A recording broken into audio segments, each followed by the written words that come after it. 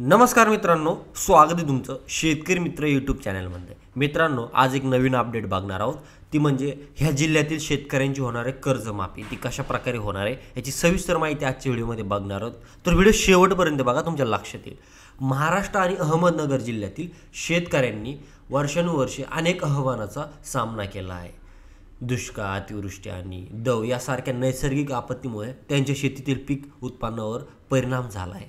अनेकदा बाजारात पिकांना चांगला भाव मिळत नाही, निसर्गाचा कोप आणि मध्यस्थीकडून होणारा शोषण यामुळे शेतकरी संघर्ष करत आहेत आणि यातच शेतीचा खर्चही काढता येत नाही।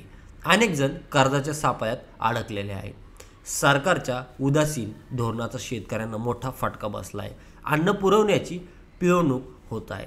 यंदा नैसर्गिक आपत्तीनेही समस्या निर्माण केल्या आहेत। गेल्या वर्षी जून ते सप्टेंबर या कालावधीत कमी पाऊस झाला होता, त्यामुळे खरीप पिकांच्या उत्पन्नावर पण परिणाम झाला। कमी पावसामुळे रब्बी पिकांनाही फटका बसला आहे। आता रब्बी पिकांच्या उत्पन्नातही मोठी घट होण्याची भीती आहे, त्यामुळे शेतकऱ्यांचे मोठे नुकसान होणार आहे।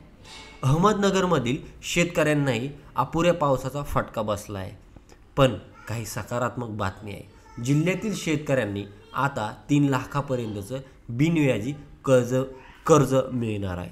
अहमदनगर जिल्ह्यातील मध्यवर्ती सहकारी बँक जिल्ह्यातील शेतकऱ्यांना बिनव्याजी कर्ज देणार आहे।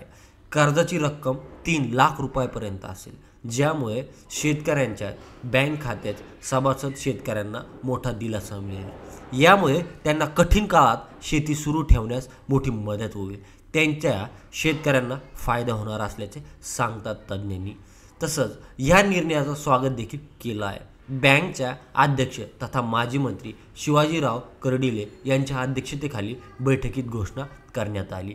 3 लाख रुपयापर्यंतचं हे बिनव्याजी कर्ज या कठीण काळात शेतकऱ्यांसाठी वरदान ठरेल। तर मित्रांनो, ही होती अपडेट कशी वाटली कमेंट करून नक्की कळवा। धन्यवाद।